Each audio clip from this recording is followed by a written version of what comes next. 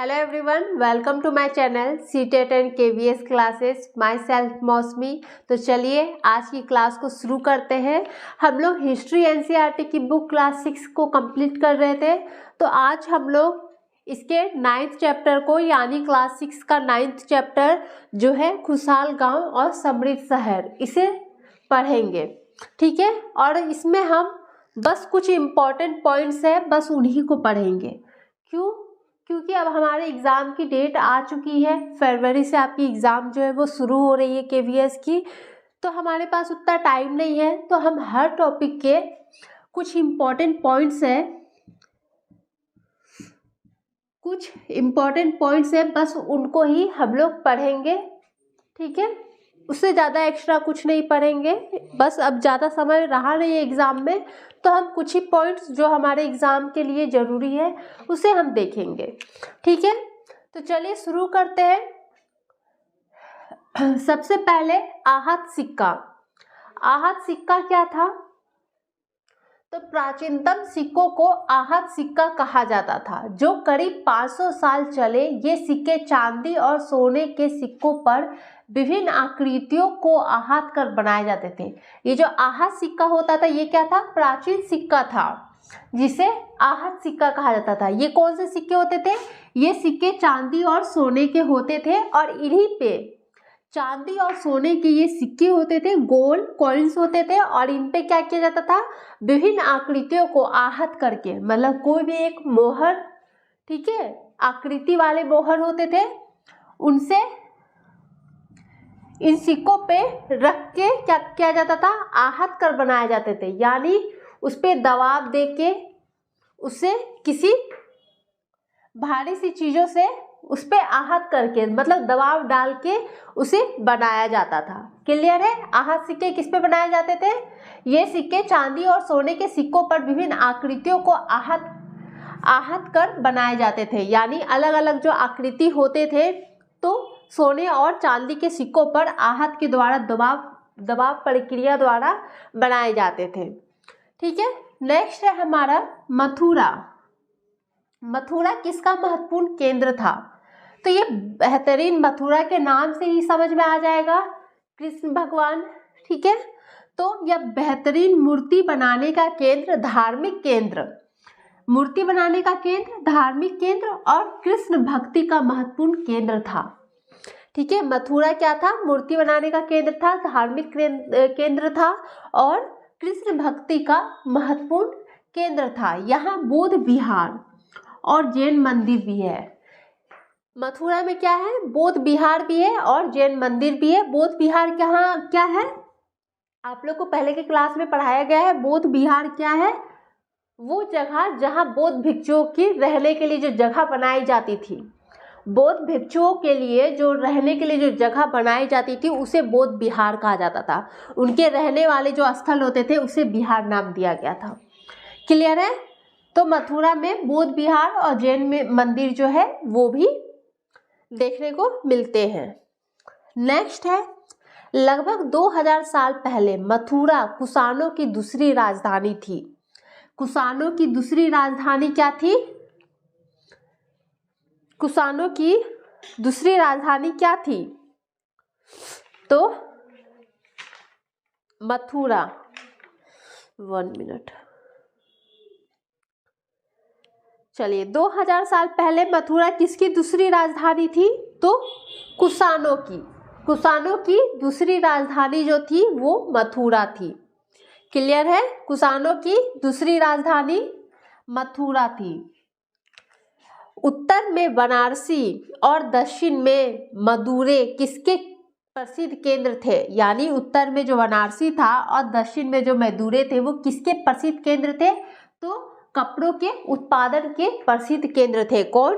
उत्तर में वाराणसी, जहां वाराणसी का नाम आता है तो समझ जाइएगा कपड़ों के लिए, और दक्षिण भारत में मदुरै किसके लिए? कपड़ों के लिए प्रसिद्ध केंद्र था।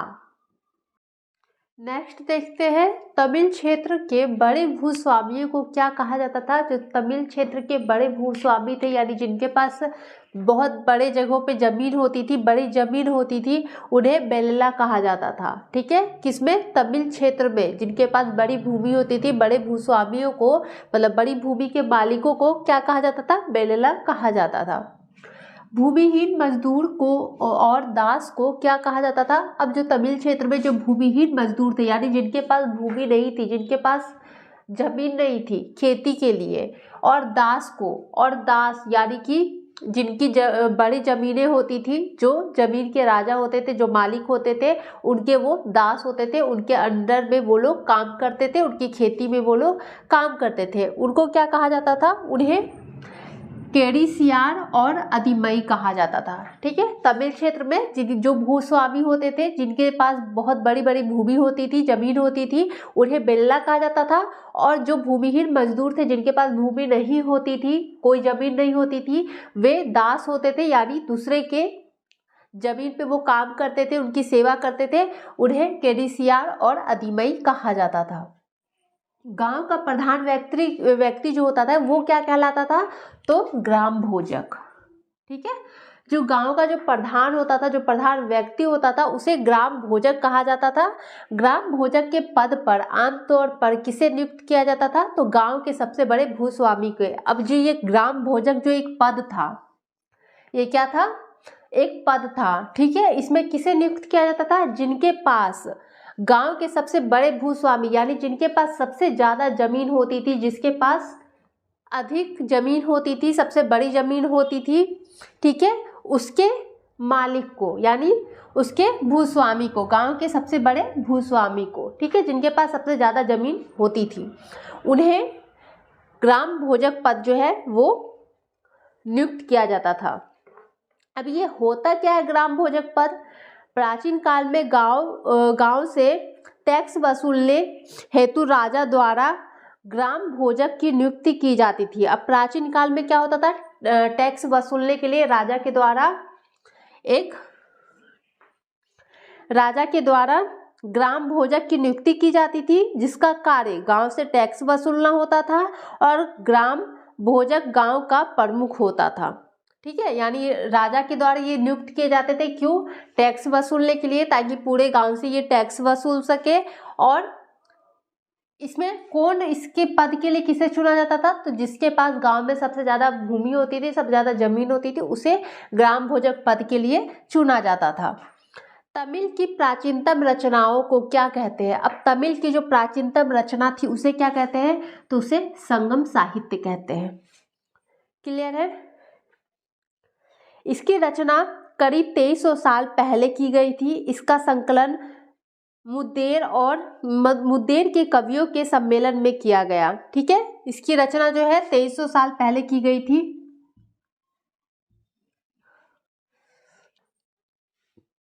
ठीक है, इसका संकलन मुद्देर के कवियों के सम्मेलन में किया गया था।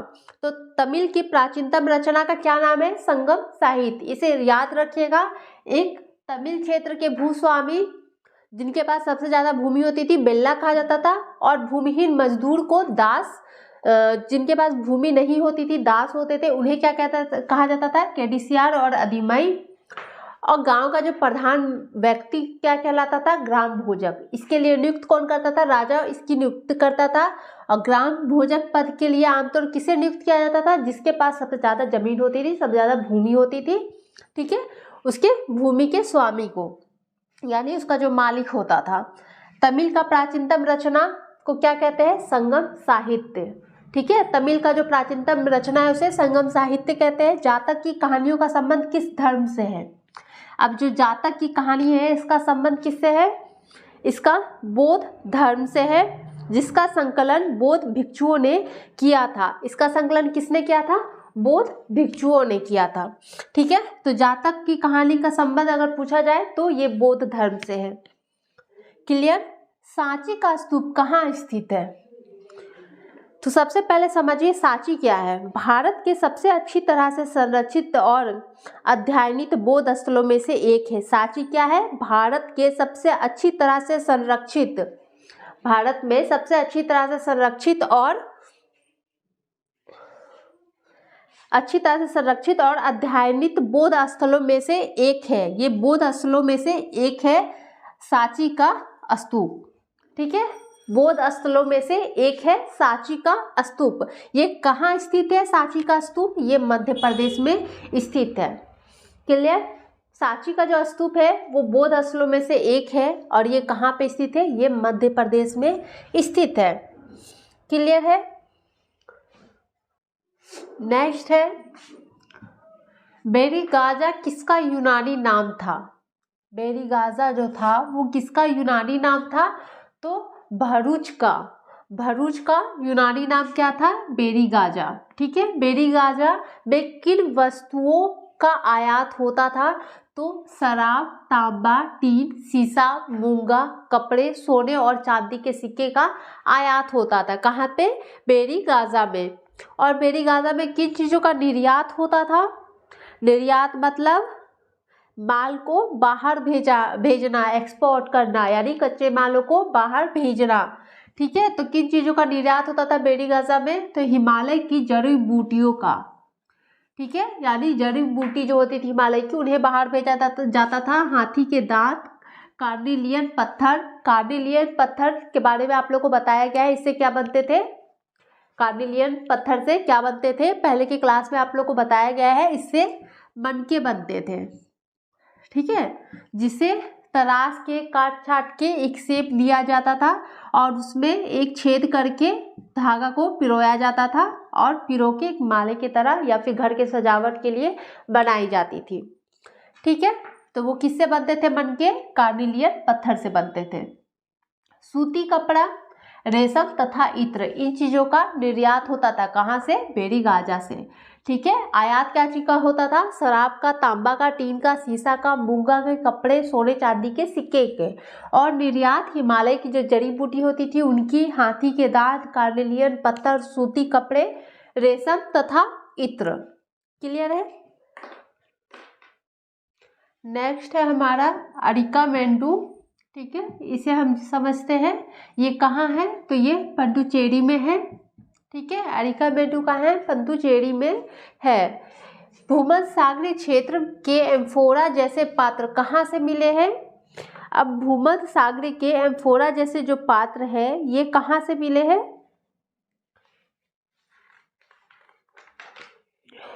1 मिनट।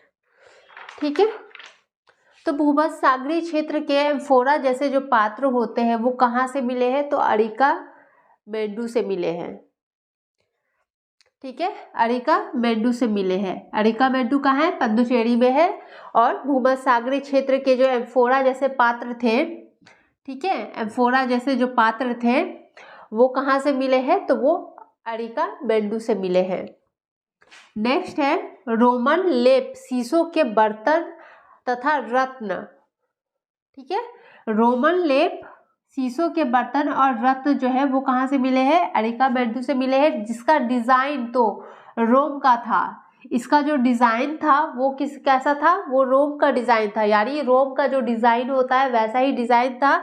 लेकिन ये बनाए कहाँ जाते थे? ये बनाए अरिकामेंडू में जाते थे। ठीक है, रोमन लेप, शीशों के बर्तन और रत्न जो होते थे वो अरिकामेंडू में मिले थे। बनाए उसका जो डिज़ाइन था वो रोम का डिज़ाइन था, देखने में वो रोम के डिज़ाइन के जैसा था, लेकिन बनाए जाते थे अरिकामेंडू में। ठीक है, नेक्स्ट है हमारा रोम ईंटों का शहर था जिसे मैंने संगमरमर का बनाया। क्या कहा गया? कि रोम जो था वो ईंटों का शहर था जिसे मैंने संगमरमर का बनाया। ये जो कथन था ये किसका था? तो ये ऑगस्टस का था। क्लियर है? रोम जो था वो ईंटों का शहर था लेकिन मैंने उसे संगमरमर का बनाया, ये कथन ऑगस्टस का था। नेक्स्ट है हमारा रोम में बड़े बड़े रंग मंडल यानी कि एम्फी थिएटर किसने बनाया था? रोम में बड़े बड़े जो रंग मंडल होते थे, जो थिएटर होते थे, वो किसने बनाया था? तो वो भी ऑगस्टस ने बनाया था। क्लियर है? और ये होता कैसे था? इसमें चारों तरफ जो है दर्शक के बैठने का सीढ़ी नुमा जगह होती थी जहां लोग विभिन्न प्रकार के कार्यक्रम को देखते थे। यानी चारों तरफ सीढ़ी नुमा जो होती थी, बैठने की जगह होती थी, जिसपे बैठ के विभिन्न तरह के कार्यक्रम को देखा जाता था, आनंद लिया जाता था। ठीक है, तो रोम में बड़े बड़े रंगमंडल तो ऑगस्टस ने बनाया था। फिर नेक्स्ट है हमारा रोम में बड़े बड़े जो जलवाही सेतु थे, किसने बनाया था? तो ऑगस्टस ने बनाया था। जो बड़े बड़े जलवाही सेतु थे रोम में, कहाँ है सब? एक चीज ध्यान दीजिए, जब भी रोम का बात आ रहा है तो नाम एक ही आ रहा है। ठीक है, ऑगस्टस। जब भी नाम रोम का आता है, ईंटों का शहर था, मैंने संगमरमर का बनाया, ये कथन ऑगस्टस ने। बड़े बड़े शहर में रंगमंडल जो है वो बनाया था रोम में, किसने? ऑगस्टस ने। रोम में बड़े बड़े जलवाही सेतु किसने बनाया है? तो ऑगस्टस ने। जब भी रोम का नाम आता है तो ऑगस्टस का नाम आता है। क्लियर है? अब ये जो जलवाही सेतु थे, इसके जरिए क्या होता था? शहर में स्नानगारों में, फटवारों में और गुखलखानों में, गुखलखानों के लिए क्या? पानी लाया जाता था। ठीक है, जलवाही सेतु के द्वारा इन सभी जगहों पे पानी की सुविधा हो गई थी, सब जगह पानी लाया जाता था। तो रोम में बड़े बड़े जलवाही सेतु किसने बनाया? तो ऑगस्टस ने बनाया। क्लियर है यहाँ तक? आपके इस चैप्टर में बस इतना ही है। ठीक है, इससे एक्स्ट्रा आप लोग को पढ़ने की जरूरत नहीं है। ये चैप्टर जो है इतना काफ़ी है, इसमें और कुछ ज़्यादा एक्स्ट्रा पढ़ने की कोई चीज़ है नहीं जो आपके एग्ज़ाम में हेल्प करेगी। तो इतना ही देखिए, वही आपके लिए बहुत है, काफ़ी है, क्योंकि जो टाइम हमारा बचेगा वो हम किसी और में देंगे, है ना। अब इसी को हम लंबा नहीं खींचेंगे कि लंबा खींच दे और पता चले कि कोई हमारे लिए उतना कुछ इम्पोर्टेंट था नहीं एग्ज़ाम के लिए, तो वैसा काम नहीं करेंगे।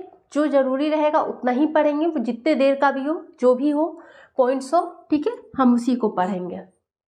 ठीक है, तो इस चैप्टर में आप लोग को इतना ही पढ़ना है, इससे एक्स्ट्रा आप लोग को कुछ पढ़ने की ज़रूरत नहीं है, क्योंकि इससे ज़्यादा आप लोग के इस चैप्टर से पूछा नहीं जाएगा। ठीक है, और ना ही उतना इम्पोर्टेंट है आपके KVS के एग्ज़ाम के लिए। ठीक है, तो इसमें इतना ही है, काफ़ी है ये। हम लोग नेक्स्ट चैप्टर कुछ इम्पॉर्टेंट पॉइंट्स को ही देखेंगे। जो भी हम लोग पढ़ेंगे बस इम्पॉर्टेंट पॉइंट्स जो जो रहेंगे उन्हें ही देखेंगे, और साथ में अब हम प्रीवियस ईयर के क्वेश्चन को भी डिस्कस किया करेंगे। ठीक है, एग्ज़ाम में ज़्यादा टाइम नहीं है तो हम प्रीवियस ईयर के जो क्वेश्चन है उसको भी कुछ डिस्कस किया करेंगे, ताकि हमें एक आइडिया मिल सके कि क्वेश्चन जो है वो कैसे पूछे जाते हैं, कहाँ से पूछे जाते हैं, कौन कौन से चैप्टर से आते हैं। क्लियर है? तो वीडियो पसंद आई हो तो वीडियो को लाइक, शेयर और चैनल को सब्सक्राइब जरूर कर दीजिएगा। Thank you.